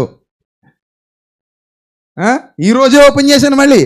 ఇందాకే సీల్ ఓపెన్ చేసి పెన్ బయటికి తీసి తెచ్చా. అసలు రేట్ ఎంత ఉంటుంది, ఇది జనం ఏం చెప్తారని. ఆ రోజు తమ్ముడితో కూడా ఏందయ్యా బాబు ఈ పెన్ను మీరు పక్కన పడేయర్లే అన్నాడు. అంతకేని ఆ మాట కూడా నాకు అర్థం లేదు. అంత ఎందుకు పడేయమని అనుకున్నాను నేను. 1000 రూపాయలు అంటే పడేయలేం కదా మరి. ఎక్కడ పడేస్తాం? 1000 రూపాయలు పడేసినట్టు ఇది పడేస్తే. ఇప్పుడు 2 రూపాయల పెన్ ఇలాంటి పెన్ అనుకోండి, పక్కన వదిలేసిపోతాం. కావాలంటే ఇంకోటి తెచ్చుకొచ్చాను, కానీ ఇది వదలలేం కదా. అంటే మానవుడి దృష్టిలో నీ విలువ చాలా తక్కువేమో కానీ దేవుడి దృష్టిలో నీ విలువ చాలా ఎక్కువ. కొన్ని పాయింట్లు చూపిస్తాను, జాగ్రత్తగా చూడండి.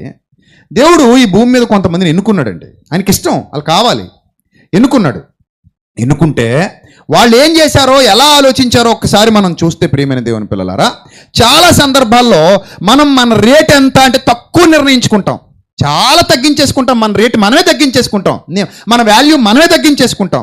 ఎందుకు తగ్గించేసుకుంటాం అంటే ఇతరులతో పోల్చుకోవడం మొదలు పెడతాం. ఇతరులతో పోల్చుకుంటే నువ్వు ఎప్పుడు ఎవరికి కనబడవు, నీకు నువ్వే సాటి. సూర్యుడు వెళ్ళి చంద్రుడితో పోల్చుకున్నా, చంద్రుడు వెళ్ళి సూర్యుడితో పోల్చుకున్నా బుద్ధి ఉందంటారు దానికి? ఉందా? సూర్యుడి విలువ సూర్యుడిదే, చంద్రుడి విలువ చంద్రుడిదే. ఒక్కోసారి సూర్యుడు కావాలి, ఒక్కోసారి చంద్రుడు కావాలి. ఒక్కోసారి సూర్యుడిని తిడతారు, ఒక్కోసారి చంద్రుడిని తిడతారు. ఒక్కోసారి సూర్యుడిని పొగుడతారు, ఒక్కోసారి చంద్రుడిని పొగుడతారు. సందర్భాన్ని బట్టి రేట్లు, వాల్యూలు ఏమైపోతుంటాయి, మారిపోతుంటాయి. మనం కూడా మన విలువ తెలియక ధూళి వంటి వాడను ప్రభువా, దుమ్మును ప్రభువా, పేళ్ళలో పురుగును ప్రభువా, పెంట మీద ఏగన ప్రభువా. చేశారు ఎప్పుడైనా ప్రార్థన అలాగా? అలాగంటాం. నేనెంతటా ఉండి ప్రభువా, కుక్కను ప్రభువా, నక్కను ప్రభువా, పందిని ప్రభువా, చీని బతుకు తగలయ్యా. ఆయన ఏమంటాడు? నా కుమారుడు రక్తమే నీకు ఇచ్చేశాను కదరా బాబు, నీ కోసం నా కుమారుని రక్తాన్ని, అమూల్యమైన రక్తాన్ని నా కుమారుని నీకు ఇచ్చేస్తే నువ్వేమో కుక్కని, నక్కని, పెంట మీద పురుగుని, పందిని అంటావా? నేను ఇంత ఘనంగా హెచ్చిస్తుంటే నీ రేట్ నీకు ఇంకా తెలియలేదు, నీ వాల్యూ నీకు ఇంకా తెలియలేదు, అంటే అతిశయం కాదు కానీ మీ అన్నయ్యగా నేను ఒక మాట చెప్తా. నేను ఎప్పుడు ఎవరి కాళ్ళ మీద పడలేదు, పన్ను కూడా ఎప్పుడు పన్ను అసలు నాకేమి లేకపోయినా పస్తుండి చచ్చిపోతానేమో కానీ నా ఆత్మాభిమానాన్ని చంపుకొని ఒకడి కాళ్ళ మీద పడాలి, నా ఆత్మాభిమానాన్ని చంపుకొని ఒకడి కాళ్ళ దగ్గర బతకాలి, నా ఆత్మాభిమానాన్ని చంపుకొని వాడి తప్పును కూడా ఒప్పుకొని నేను పొగడాలి అంటే ఐ కాంట్ డూ దట్. నా వల్ల కాదు అది. ఆత్మగౌరవం మెయింటైన్ చేస్తే దాన్ని మించిన ఆనందం ఉండదు. సెల్ఫ్ రెస్పెక్ట్ ముందు నాకు నేను గౌరవం ఇచ్చుకోవాలి. నాకు గౌరవం లేని చోట నేను ఉండను, నాకు గౌరవం లేని చోట నేను అసలు పట్టించుకోను. నాకు నేను గౌరవం ఇచ్చుకుంటున్నాను, ఎందుకంటే నా ప్రభువు నన్ను అంత గౌరవించాడు. నా ప్రభువు నన్నంత, నాకంత రేటు కట్టాడు, నా ప్రభువు నన్నంత హెచ్చించాడు, నా ప్రభువు నన్నంత ప్రేమించాడు. నన్ను నేనెందుకు కించపరుచుకోవాలి, నన్ను నేనెందుకు తగ్గించుకోవాలి, నన్ను నేనెందుకు చీప్గా ఆలోచించుకోవాలి? అంతేనా కదా? ఇదే సెల్ఫ్ రెస్పెక్ట్ మీకు ఉందనుకోండి, మళ్ళీ చెప్తున్నా, తగ్గింపు అనేదానికి మీరిచ్చే నిర్వచనాలు కరెక్ట్ కాదు. There are so many differences ఉన్నాయి, చాలా డిఫరెన్సెస్ ఉన్నాయి. బాగా అర్థం చేసుకోండి. బైబిల్ చదివేటప్పుడు, సబ్జెక్ట్ అర్థం చేసుకునేటప్పుడు లోతుగా వెళ్ళిపోవాలి, లోతుగా ఆలోచించాలి ప్రతి ప్రసంగాన్ని కూడా. రైట్, ఇప్పుడు నేను పాయింట్ చెప్తా. అబ్రహాము గారు ఉన్నారు, గొప్పోడా కాదా? చెప్పండి, గొప్పోడేనా? ఎవరో అంటున్నారు చాలా గొప్పోడని కదా. అబ్రహాం గొప్పోడేనా? రైట్. ఆదికాండం 18వ అధ్యాయం 27వ వచనం. ఆదికాండం 18వ అధ్యాయం 27వ వచనం చదవండి. అందుకు అబ్రహాము 27వ వచనం, ఇదిగో ధూళియు బూడిదనైన నేను ప్రభువుతో మాటలాడ తెగించుచున్నాను. ఏమన్నాడైనా? నేను ధూళిని ప్రభువా, బూడిదని ప్రభువా, నీతో మాట్లాడడానికి తెగిస్తున్నాను ప్రభువా. నేను ధూళిని ప్రభువా, బూడిదని ప్రభువా, నీతో మాట్లాడడానికి తెగిస్తున్నాను ప్రభువా అన్నాడు. దీన్ని దేవుడు సమర్థించాడా? ఎస్, నువ్వు ధూళి వేరా నాయన, ఎస్ నువ్వు బూడిద వేరా నాయన, yes you are right Abraham అన్నాడా? అన్నాడా అన్నట్టుగా ఉందా బైబిల్లో? ఉందా? మరి అబ్రహాం ఎందుకు అలా అన్నాడు? మీరెందుకు దాన్ని కాపీ కొడుతున్నారు? ఇప్పుడు నేను ధూళిని ప్రభా, దుమ్ముని ప్రభా, మట్టిని ప్రభా, పురుగుని ప్రభా నువ్వు అనడానికి గల కారణం ఏంటి? ఈ వచనాలేగా అవునా కాదా? అవును కదా. మరి అబ్రహాము చెప్పిన ఈ స్టేట్మెంట్ని దేవుడు యాక్సెప్ట్ చేశాడా అని అడుగుతున్నాను నేను. అది అబ్రహాము గారి సొంత స్టేట్మెంటా? అబ్రహాము గారి సొంత స్టేట్మెంటా? దేవుడు యాక్సెప్ట్ చేసిన స్టేట్మెంటా? అబ్రహాము గారి సొంత స్టేట్మెంట్. దేవుడు యాక్సెప్ట్ చేయలా. దేవుడు యాక్సెప్ట్ చేస్తే ఎలా ఉంటుందో తెలుసా? చూస్తావా? చూడు, దేవుడు యాక్సెప్ట్ చేస్తే ఎలా ఉంటుందో చూడు. రోమాపత్రిక 4వ అధ్యాయం, యాకోబు పత్రిక 2వ అధ్యాయం 23వ వచనం మొదలు చదువుదాం. యాకోబు పత్రిక 2వ అధ్యాయం 23వ వచనం మొదలు చదవాలి. యాకోబు పత్రిక 2వ అధ్యాయము 23వ వచనం చదవాలి తొందరగా. యాకోబు పత్రిక 2వ అధ్యాయం 23 చదవండి.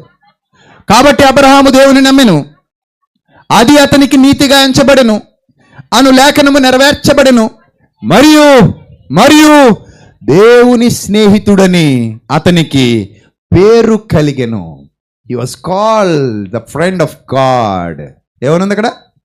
హి was called the friend of God. Friend of God, friend of God. బా, సన్ ఆఫ్ గాడ్ కాదు, సన్ ఆఫ్ గాడ్ కాదు, మరేంటి? Friend of God.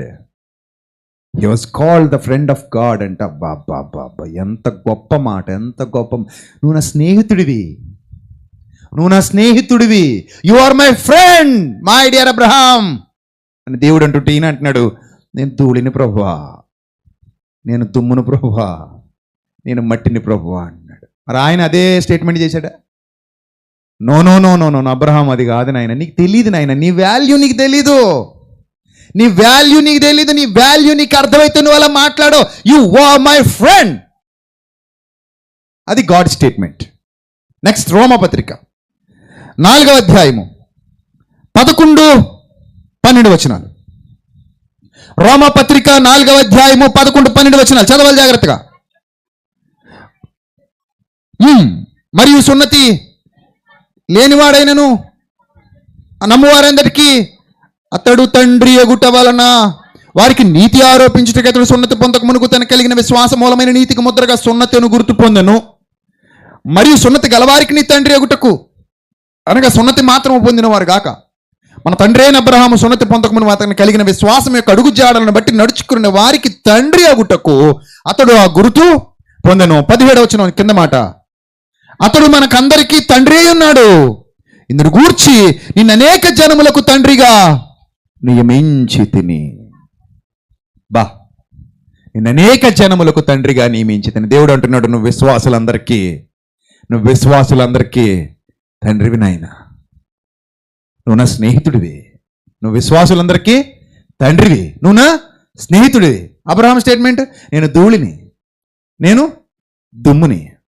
దేవుడి స్టేట్మెంటు, నువ్వు విశ్వాసులకి తండ్రివి, నువ్వు నాకు స్నేహితుడివి. ఏ స్టేట్మెంట్ రైట్? దేవుని స్టేట్మెంట్ రైట్. మనిషి ఎప్పుడు కూడా తనను తాను గుర్తించలేకపోతాడు, తన వాల్యూ తాను గుర్తించలేకపోతాడు, తన గొప్పతనాన్ని తాను గుర్తించలేకపోతాడు. కళ్ళ ముందు చూస్తున్న దాన్ని చూసి నేనెంత మట్టిని కదా అనుకుంటాడు, నేను ఎవరిని కదా, మట్టిని కదా అనుకుంటాడు. ఇక్కడ కూడా ఇందాక మీరు చూసినప్పుడు దీని వాల్యూ ఎంతరా అంటే ఏమన్నారు?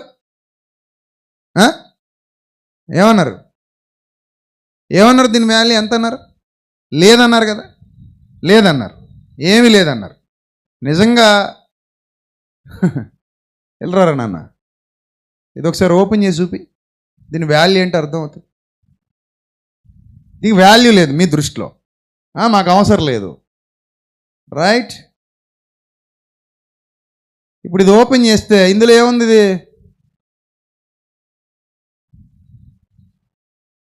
ఏముంది? గోల్డ్ రింగ్ ఉంది. ఇప్పుడు దీనికి వాల్యూ ఉందా లేదా? మరి ఇప్పుడు ఇందాకే ఈ మట్టి ముద్దకి వాల్యూ ఉందని తెలుసా? తెలీదు. ఎందుకు తెలియదంటే ఇందులో నేను గోల్డ్ రింగ్ పెట్టానన్న విషయం మీకు ఎవరికి తెలియదు కాబట్టి. అన్నయ్య మట్టి ముద్ద ఇచ్చాడు, ఈ మట్టి ముద్ద మనకు చూపిస్తున్నాడు, మట్టికి వాల్యూ ఏముందండి అనుకుంటాం. మట్టి లోపలే ఏముంటుందట? మాణిక్యం ఉంటుందట. ఏ మాణిక్యం అన్నారు? మట్టిలో మాణిక్యం. అబ్రహాము మట్టే, కానీ ఆ మట్టి లోపల విశ్వాసులకు తండ్రి ఉన్నాడు. అబ్రహాము మట్టే, ఆ మట్టి లోపల దేవుని స్నేహితుడున్నాడు. మీరు ఇందాక చూసింది మట్టే, కానీ మట్టిలో ఉంది బంగారు ఉంగరం ఉంది. రేటు కట్టమంటే తమ్ముడు నేను కట్టనండి, నాకు కుదరదండి అన్నాడు. నిజంగా తెలివైనోడైతే చక్కగా ఒక అవకాశం ఉంటుంది కదండి, అవసరమైతే 10,000 ఇచ్చి పట్టుకెళ్ళిపోతానండి అంటాడు. ఈ మట్టి ఉండకి ఏమెత్తాడట? 10,000 ఇచ్చి పట్టుకెళ్ళిపోతాడు. ఇది కూడా మట్టి ఉండే, ఈ మట్టి ఉండలో కూడా ఇంకోటి ఉంది, అది కూడా విలువైందే, అది కూడా విలువైందే, దీనికంటే ఎక్కువ. సో ఇది ఎంత ఉంటుంది మరి? రేటు ఉంటుందా ఉండదా? ఉంటుంది కదా. సో మట్టి లోపల బంగారం ఉన్నట్టే అబ్రహాం అనే ఆ ధూళి లోపల, అబ్రహాం అనే ఆ దుమ్ము లోపల విశ్వాసులకు తండ్రి ఉన్నాడు. అలాగే దేవునికి స్నేహితుడున్నాడు. మరో మాట చూద్దాం. నిర్గమకాండం 4వ అధ్యాయం 10వ వచనం. నిర్గమకాండం 4వ అధ్యాయం 10వ వచనం. నిర్గమకాండం 4వ అధ్యాయం 10వ వచనం చదవాలి. అప్పుడు మోషే, ప్రభువా, ఇంతకు మునుపైనను నీవు నీ దాసునితో మాటలాడినప్పుడైనను నేను మాట నేర్పరిని కాను. నేను ఎవరిని గాను? నేను మాట నేర్పరిని కాను. నేను నోటి మాంద్యము, నాలుక మాంద్యము గలవాడనని యెహోవాతో చెప్పగా. తర్వాత మాట చూడండి, అదే 13వ వచనం, 4:13. అందుకతడు 4:13, అయ్యో ప్రభువా, నీవు పంపతలంచిన వారినే పంపు, నన్నెందుకు ప్రభువా? ప్రభు నన్ను ఎందుకు ప్రభువా? నేనెందుకు ప్రభువా? దాని అర్థం ఏంటి? నేనెందుకు ప్రభువా? నేను వాల్యూ లేనుండి ప్రభువా, నేను నోటి మాంద్యం గలవాడిని ప్రభువా, నాలుక మాంద్యం గలవాడిని ప్రభువా, నాకు మాట్లాడటం రాదు ప్రభువా. నువ్వు పంప తగిన వాడనే పంపు ప్రభువా, నన్ను వద్దు ప్రభువా. ఏమన్నాడు? నన్ను వద్దు. మరి దేవుడు ఏమన్నాడు? హెబ్రీ పత్రిక 3వ అధ్యాయం 2. హెబ్రీ పత్రిక 3వ అధ్యాయం 2 ఏమన్నాడు? దేవుని ఇల్లంతటిలో మోషే నమ్మకమైన వాడు. బాబా. మట్టిని మనం చూస్తాం, మట్టి లోపల ఉన్న బంగారాన్ని ఎవరు చూస్తారు? దేవుడు చూస్తాడు. నువ్వు మట్టి అనుకుంటావు, నువ్వు నేను పనికిరాను అనుకుంటావు, నేను పనికిరాని దాన్ని అనుకుంటావు, నేనెంత గాలివాడిని, గాలిదాన్ని అనుకుంటావు నువ్వు. ఇవి చదివిన తర్వాతనే నీకు అర్థం కావాలి మనిషి యొక్క పర్సెప్షన్ ఎలా ఉందో, దేవుని యొక్క పర్సెప్షన్ ఎలా ఉందో నీకు అర్థం కావాలి. రాత్రి మీలో ఏ ఒక్కరు వేస్ట్గా పుట్టిన వాళ్ళు కాదు, మీలో ఏ ఒక్కరు ఇక్కడ కూర్చున్న వాళ్ళు వేస్ట్గా ఎవరు లేరు. అందుకే నీ సహోదరుణ్ణి వ్యర్థుడా అనొద్దు అన్నాడు మత్తయి వార్తలో. ఏమనొద్దు అంటున్నాడు? నీ సహోదరుణ్ణి వ్యర్థుడు అనొద్దు. ఎందుకు అనొద్దు అంటున్నాడు? వాళ్ళేం వేస్ట్ ఫెలోస్ కాదు. వాళ్ళ విలువను వాళ్ళు గుర్తించిన రోజున వాళ్ళు ఆ స్థాయిని అందుకుంటారు, ఆ ఘనత పొందుకుంటారు. విలువ గుర్తించినంత వరకు నీ స్థాయి పెరగదు. ఏ రోజైతే నీ విలువను గుర్తిస్తావో ఆటోమేటిక్గా నీ స్థాయి పెరిగిపోద్దంతే, పెరిగి తీరాలి. లక్షలాది మందిని నడిపించే నాయకుణ్ణి దేవుడు చూశాడు మోషేలో. ఐగుప్తు సింహాసనాన్ని ఎడంకాలతో తన్నేసి దేవుని కొరకు, ఆయన ప్రజల కొరకు అరణ్యములో శ్రమ అనుభవించడానికి, నింద అనుభవించడానికి ఇష్టపడేటువంటి ఒక యోధుణ్ణి చూశాడు దేవుడు మోషేలో. నమ్మకత్వంతో, యథార్థతతో ఆ పరమ కనాను యాత్రకు మార్గదర్శకత్వాన్ని నిర్దేశించటానికి యేసుక్రీస్తుకు మాదిరిగా నా వంటి ఒక ప్రవక్త వస్తాడని చెప్పడానికి నిలబడిన ఒక దార్శనికుణ్ణి చూశాడు దేవుడు మోషేలో. అలాంటి గొప్పవాడు తనను తను ఏమంటున్నాడు?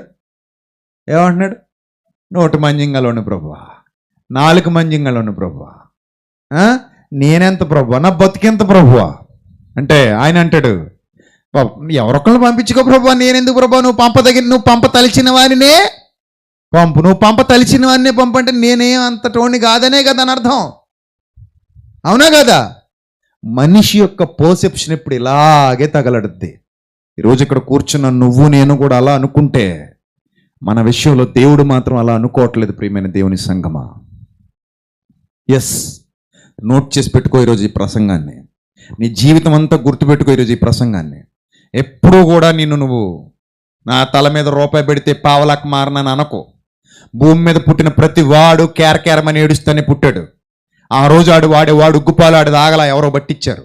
వాడి బొడ్డు వాడు కోసుకోలా ఎవరో కట్ చేశారు. వాడి ఒంటి మీద ఉన్న రక్తాన్ని వాడు తుడుచుకోలా ఎవడో తుడిచారు. వాడి ఉగ్గుపాలు కానీ వాడి గోరుముద్ద కానీ వాడు తినలా ఎవరో తినిపించారు. వాడికి వాడు పెరగలా ఎవడో పెంచారు. ఆ తర్వాత వాళ్ళు గొప్పోళ్ళై ఈరోజు చరిత్రలో నిలబడ్డారు. నువ్వు మాత్రం వాళ్ళకి చప్పట్లు కొడుతూ భూమి మీద బతికేస్తున్నావు. అవునా కాదా? నువ్వు గొప్పోడువే, నువ్వు గొప్పదానివే. ఎవడు కాదన్నా, నువ్వు గొప్పోడు కాదని ఎవడన్నాడు? ఒకవేళ నువ్వు గొప్పోడివి కాకపోతే, మళ్ళీ ఈ రాత్రి నేను సూటిగా అడుగుతాను, నువ్వు గొప్పోడివి కాకపోతే నీ కోసం యేసుక్రీస్తు రక్తం ఇచ్చాడన్న మాట అబద్ధం. ఎస్, నువ్వు గొప్పదానివి కాకపోతే నీ కొరకు దేవుడు తన కుమారుని వదిలేసుకున్నాడన్న మాట అబద్ధం. అబద్ధమా నిజమా? అబద్ధమా నిజమా? నిజమైతే నువ్వు నమ్మేది అబద్ధం. నిజమని నువ్వు అనుకుంటే నువ్వు నమ్మేది అబద్ధం. అబద్ధం అని అనుకుంటే ఈరోజు నువ్వు నమ్మాల్సింది నిజం. ఆ నిజమేంటో తెలుసా? You are a precious person to God. You are a valuable person to God. Yes, నీకు విలువ ఉంది.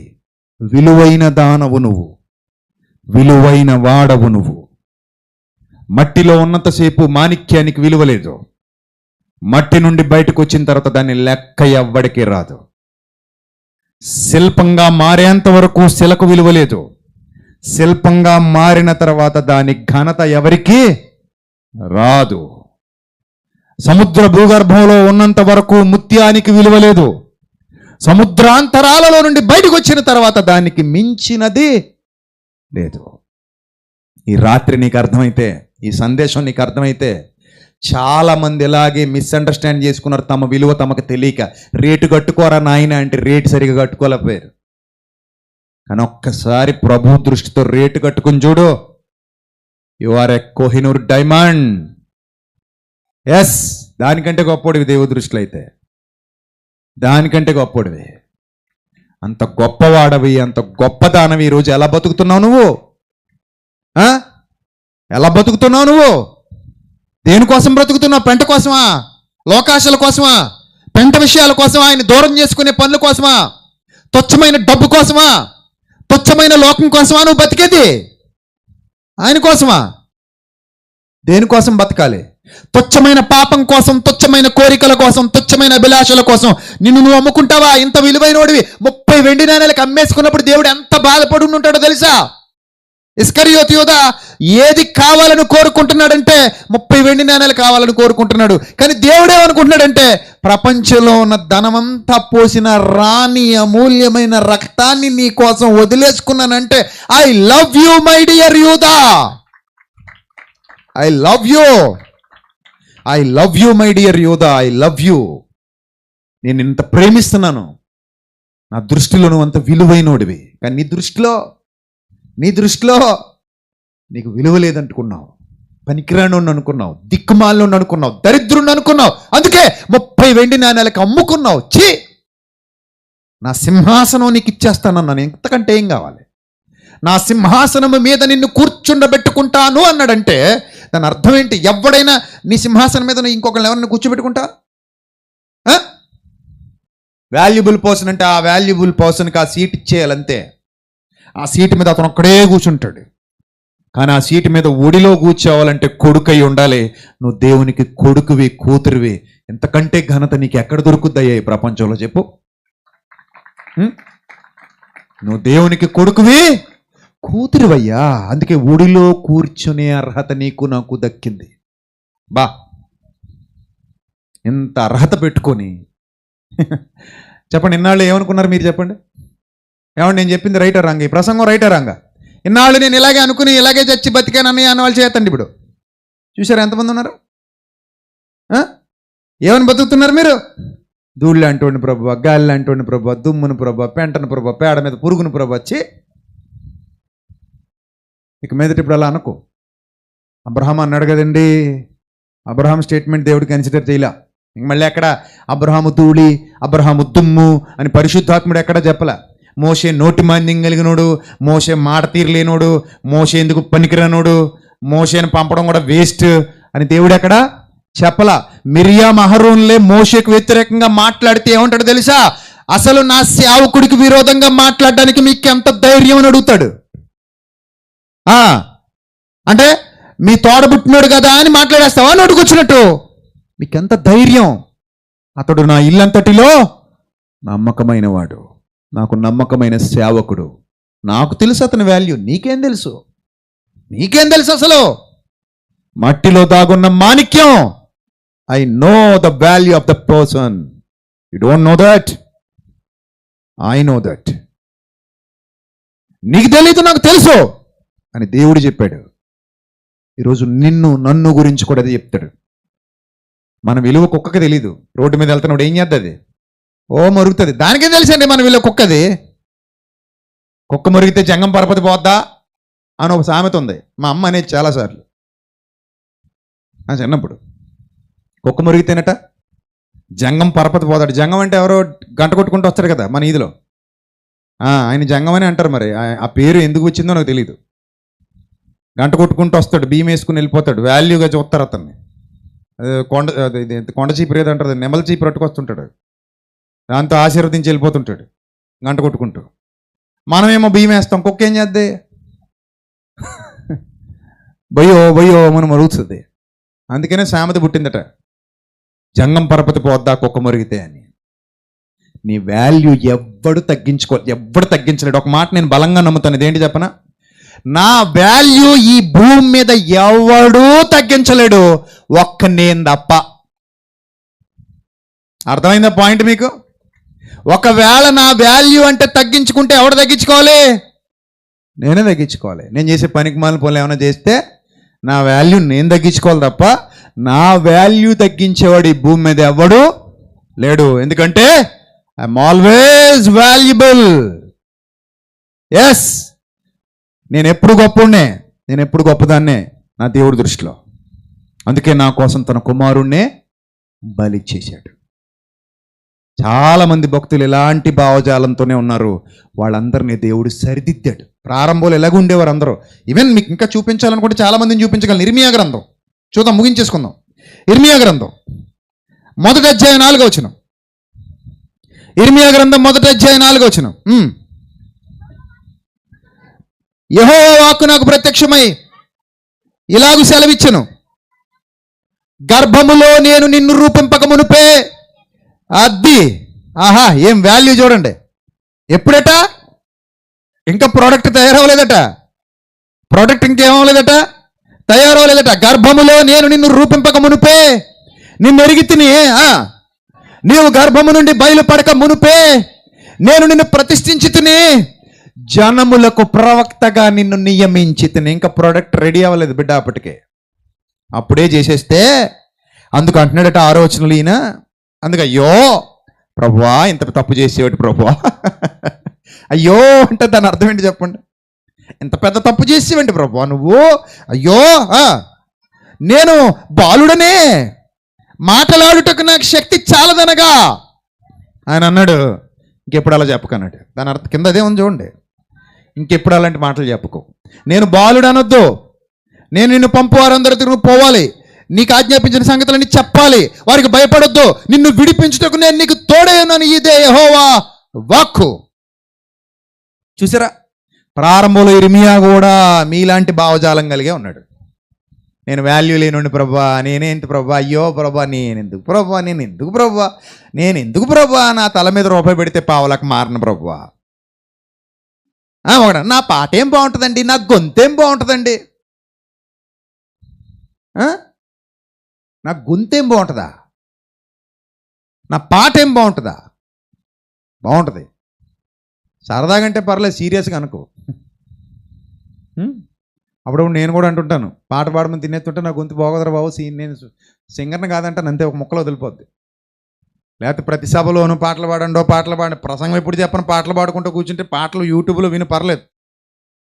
నేను పాడేసింది ఆల్రెడీ యూట్యూబ్లో ఉంది, ఎప్పుడు కావాలంటే అప్పుడు ప్లే చేసుకో. ఇంకా ప్రసంగం మానేసి మళ్ళీ పాటలు పాడుతూ కూర్చుంటే టైం అంతా వేస్ట్ అయిపోద్ది. అందుకని తప్పించుకు తిరుగువారు ధన్యులు సమితి అన్న స్ట్రాటజీ ప్లే చేస్తుంటాం అప్పుడప్పుడు. సో కాబట్టి మనం ఎప్పుడూ మనల్ని చీప్ చేసుకోవద్దు. మళ్ళీ చెప్తున్నా, నువ్వు ఎప్పుడూ నిన్ను చీప్ చేసుకోవద్దు, ఎప్పుడు నిన్ను నువ్వు తక్కువ చేసుకోవద్దు. You are always hero. Be like a hero. హీరోలా ఉండంతే. నిన్ను నువ్వు తక్కువ చేసుకుంటున్నావు అంటే ఆ తర్వాత ప్రతోడు నిన్ను తక్కువ చేస్తానే ఉంటాడు. ఎవడో గాలిగాడు కూడా వచ్చి నిన్ను తక్కువ చేస్తాడు. ఎవడో గాలిగాడు నిన్ను తక్కువ చేసినంత మాత్రం నువ్వు తక్కువైపోవు. నిన్ను నువ్వు తక్కువ చేసుకున్నప్పుడు మాత్రమే నువ్వు తక్కువ అవుతావు. ఎందుకంటే సృష్టికర్త ఎప్పుడు నిన్ను తక్కువ చేయడు కూడా. నీ వాల్యూ ఆయనకి తెలుసు, నువ్వు తెలుసుకో సరిపోద్ది. నువ్వు ఒక్కడు తెలుసుకోవడమే తరువాయి. ఇర్మియా తెలుసుకున్నాడు, మోషే తెలుసుకున్నాడు, ఇంకెవరు ఎందుకమ్మా అబ్రహాము గారు తెలుసుకున్నారు, అందరూ తెలుసుకున్నారు. నువ్వే తరువాయి. ఇంకా నువ్వు ఎప్పుడు తెలుసుకుంటావు? టైం కావాలా? ఈరోజు సరిపోద్దా? తెలుసుకున్నావా ఈ రాత్రి నీ వాల్యూ ఏంటో? అర్థమైపోయిందా? ఏలియా కూడా ఒకనొక టైంలో ఏమంటాడు తెలుసా? ప్రభు నన్ను చంపే అంటాడు.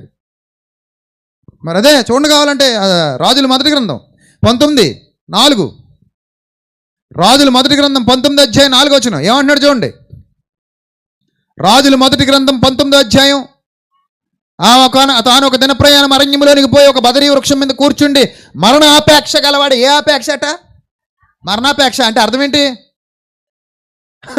మరణాపేక్ష అంటే అర్థం ఏంటి చెప్పండి? నేను చచ్చిపోవాలి బాబోయ్, నేను చచ్చిపోవాలి. ఇంకా అంటే అవకాశం ఉంటే ఉరితాడిస్తే వేసేసుకుంటాడు అనమాట. ఇంకా విషమిస్తే తాగేయడానికి రెడీ ఉన్నాడు. ఏ ఆపేక్ష అటది? మరణాన్ని అపేక్షిస్తున్నాడట. మరణం కావాలి బాబు, నన్ను తీసిపో బాబు, నన్ను తీసిపో. నా పితరుల కంటే నేనేమి ఎక్కువని కాదు ప్రభు, సరిపోద్ది ప్రభు అన్నాడట. ఏం సరిపోద్ది? నువ్వెవరు చెప్పడానికి సరిపోద్దని? నువ్వెవరే చెప్పడానికి సరిపోద్దని? చాలు ప్రభా, తీసిపో ప్రభా. నువ్వెవడు అసలు అడగడానికి? నా ప్రాణం తీసేసుకో అని ప్రార్థన చేశాడట. అందుకే దేవుడు అంటాడు, ఏలియా మీ వంటి స్వభావము గల మనుషుడే, కానీ అతడు రోషం కలిగిన ప్రవక్త. దేవుడేమన్నాడు ఏలియాని? రోషం కలిగినటువంటి ప్రవక్త. ఏలియా వంటి రోషం. దేవుడు అజ్జొస్తున్నాడు. ఈయనేమంటున్నాడు? చాలు ప్రభువా, యెజబెల్ చంపేస్తానంటుంది ప్రభువా. యెజబెల్ చంపేస్తానంటే భయపడిపోతావా? ఆహాబు బెదిరిస్తే ఆ దిక్కుమాలి బెదిరింపులకు భయపడిపోతావా? దేవుని ప్రమేయం లేకుండా ఆహాబు కాదు కదా, బాబు కూడా నీ వెంట్రుక కూడా టచ్ చేయలేడు. అది నీ వాల్యూ. మీరు ఆ పిచ్చుకల కంటే శ్రేష్ఠులు. మీ తల వెంట్రుకలలో ఒకటి కూడా నేల రాలదో. దేవుని వాగ్దానం. ఇంత ఘనత దేవుడు నీకు నాకు ఆపాదిస్తుంటే మనం ఎందుకంటే తగ్గించుకోవాలి? ఎన్నాళ్ళుగా బైబిల్ చదువుతున్నాం. ఇదిగో ఇలాంటి సందర్భాలు మనకు అర్థమయ్యాయి అనుకోండి, మన వాల్యూ ఏంటో మనకు అర్థమవుతాడు. ఎప్పుడు కూడా నేను ధూళిని దుమ్ముని పనికిరాను అనవు. దేవుడు ఏమంటాడు తెలుసా? మీరు రాజులైన యాజక సమూహం అంటాడా. బాబా ఎంత బాగుందండి ఆ మాట, ఒళ్ళు పులకరిస్తుంది ఆ మాట చదువుతుంటే. మీరు రాజులైన యాజక సమూహం, దేవుని సొత్తు. దేవుని సొత్తు. మనం ఇవన్నీ చూపించింది నా సొత్తు అంటాం. ఈ దిక్మాలి అన్నీ చూపించి, ఈ గోల్డ్ అవి ఇవి చూపించి ఇవి నా సొత్తు అనుకుంటాం దాచుకొని లోపల. కానీ ఆయన అంటాడు మీరు నా సొత్తు అంటాడు. ఎస్, మీరు నా సొత్తు, మీరందరు నా సొత్తు. ఎంత వాల్యూ దేవుడికి ఇచ్చినప్పుడు మరి నిలబెట్టుకుంటావు ఆ వాల్యూని? తలెత్తుకుని బతుకు సోదరా, తలదించుకుని బతుకు, తలెత్తుకుని బతుకు, రాయల్గా బతుకు. గంజి నీళ్ళు తాగినా పర్లేదు, గుర్తుపెట్టుకో. గంజి నీళ్ళు తాగినా పర్లే, ఆత్మగౌరవంతో బతుకు. సెల్ఫ్ రెస్పెక్ట్తో బతుకు. నీ సంపాదన ఎంత అన్నది కాదు ముఖ్యం, నీకు నువ్వు ఇచ్చుకునే వాల్యూ ఎంత అన్నది ముఖ్యం. అర్థమైందా? నీ సంపాదన ఎంత అనేది కాదు ముఖ్యం, నీకు నువ్వు ఇచ్చుకునే వాల్యూ ఎంత అనేది ముఖ్యం. నాకు నేను అలాగే వాల్యూ ఇచ్చుకుంటా. ఎవడిచ్చినా ఇవ్వకపోయినా I don't care anybody. I'm a valuable person, that's all. అంతే. నా ఘనతను నేను తగ్గించుకున్న రోజు నేను చచ్చినట్టు లెక్క, శవంతో సమానం. ఎందుకంటే నా దేవుడు ఎప్పుడు నన్ను తగ్గించట్లా. తన కుమారుడైన క్రీస్తు కంటే కూడా నన్ను ఎక్కువగా నా తండ్రి ప్రేమిస్తున్నాడు. దానికి తగ్గట్టుగా నేను ఆయన కుమారుడుగా బతకటమే నా కళ్ళ ముందున్నది. దానికి తగ్గట్టుగా నేను బతకాలి, దానికి తగ్గట్టుగా నేను జీవించాలి, గౌరవంగా జీవించాలి, యథార్థంగా జీవించాలి, నీతిగా జీవించాలి, పవిత్రంగా జీవించాలి, పరిశుద్ధంగా జీవించాలి. నా గౌరవాన్ని నేను ఏనాడు నా తండ్రి ఎదుట తగ్గించుకోకూడదు. నా తండ్రి నన్ను ఎంతో గౌరవిస్తున్నాడు, నా తండ్రి నన్ను ఎంతో ఘనపరుస్తున్నాడు, నా తండ్రి నన్ను ఎంతో ప్రేమిస్తున్నాడు. ఆ ప్రేమకు తగ్గ బ్రతుకు నా దగ్గర ఉండాలి, నీ దగ్గర ఉండాలి, మన అందరి దగ్గర ఉండాలి. రైట్? ఈ రోజు మొదలుకొని ఏ రోజు కూడా ఇంకెప్పుడు అలాంటి మాటలు మాట్లాడకండి. You are so valuable. చెప్పండి, ఐఎమ్ సో వాల్యుబుల్. గట్టిగా చెప్పాలి, ఇంకా గట్టిగా చెప్పాలి. I'm so precious. గట్టిగా చెప్పండి. నోరు లేవట్లేదా? అన్నం తినట్లేదా మధ్యాహ్నం? చెప్పండి గట్టిగా. I'm so valuable, I'm so precious. Yes, your right. దాన్ని ఇప్పుడు మెయింటైన్ చేయండి. అట్టి ధన్యత దేవుడు మీ అందరికీ అనుగ్రహించి ఘనమైన స్థితిలో మిమ్మల్ని అందరినీ వాడుకొనుగాక. అందుకో మంచి పాట రాశాను. పరమ తండ్రి నీ పనిలో నేనొక సాధనము, అర్హమైన పాత్రగా నన్ను వాడుకొనుము, జీవిత కాలపు పర్యంతము నీ సేవలో నన్ను నడిపించుము, ఘనతకు నన్ను వినియోగించుము, సత్కార్యములకు సిద్ధపరచుము అనవరతము. దేనికి వినియోగించాలి మనల్ని? ఘనతకు నన్ను వినియోగించుము, సత్కార్యములకు సిద్ధపరచుము అనవరతము. నాదను ప్రతిదినము అది నీ సొంతము, గడిచిన ప్రతి క్షణము నీ కృపాదానము. నాదను ప్రతిదినము అది నీ సొంతము, గడిచిన ప్రతి క్షణము నీ కృపాదానము. పరమా తండ్రి, పరమా తండ్రి, పరమా తండ్రి. పాట జీవితాంతం పాడుకోండి. ఘనతకు నన్ను వినియోగించు ప్రభువా. ఘనహీనుణ్ణి కాదు, నేను దేవుని కుమారుణ్ణి, దేవుని కుమారుణ్ణి. చిరిపోయించి ఒక్కేసుకుని నేను ఎందుకు వస్తాను ఇక్కడికి? ఐఎమ్ రాయల్, దేవుని కుమారుణ్ణి అంతే. దేవుని కుమారుని కాబట్టి డిగ్నిఫైడ్గా ఉంటాను. నా దేవుని మాటలు డిగ్నిఫైడ్గా బోధిస్తాను. చచ్చిపోయేంత వరకు డిగ్నిఫైడ్గానే బతుకుతాను. చచ్చిపోతాను, కుక్క మురిగితే పట్టించుకోను. అర్థమైందా? రాయల్గా ఉంటాను. నా దేవుని కొరకు బ్రతుకుతాను, నా దేవుని కొరకు చచ్చిపోతాను, నా దేవుని ఇష్టాన్ని నెరవేరుస్తాను, నా దేవుని సన్నిధి కాంతిలో వర్తిల్లుతాను. అందుకే ఘనతకు నన్ను వినియోగించుము, సత్కార్యములకు సిద్ధపరచుము అనవరతము. ఘనతకు వినియోగించబడే అర్హమైన పాత్రగా నువ్వు నేనేమవ్వాలి? వాడబడాలి. అలా వాడబడతారని మనస్ఫూర్తిగా ఆకాంక్షిస్తూ నా మాటలు ముగిస్తున్నాను. తల వంచండి, ప్రార్థన చేసుకున్నాను. సకల ఆశీర్వాదములకు కారణభూతుడైన మా కన్న తండ్రి, రాత్రి ఎంతో మంచి వర్తమానంతో ఈ తొలి దినాన్ని ముగించడానికి మీరు మాకు సహాయం చేశారు ప్రభు. బిడ్డలందరినీ దీవించండి. వెత్తబడిన వాక్యం పిల్లలందరి హృదయాల్లో 30ంతలుగా 60ంతలుగా 100ంతలుగా ఫలింపజేయండి. వారు విని విడిచిపెట్టే గుంపులో గాక విన్న వాక్యమును అనుసరించి జీవించగలిగే భాగ్యాన్ని ప్రసాదించమని సమస్త ఘనత మహిమ ప్రభావములు మీకే చెల్లిస్తూ యేసుక్రీస్తు వారి శ్రేష్టమైన దివ్యమైన అతి పవిత్రమైన నామంలో ఈ ప్రార్థన మనవులడికి వేడుకొనిచున్నాం మా కన్న తండ్రి. ఆమేన్. God bless you all. Love you all. Thank you. God bless you.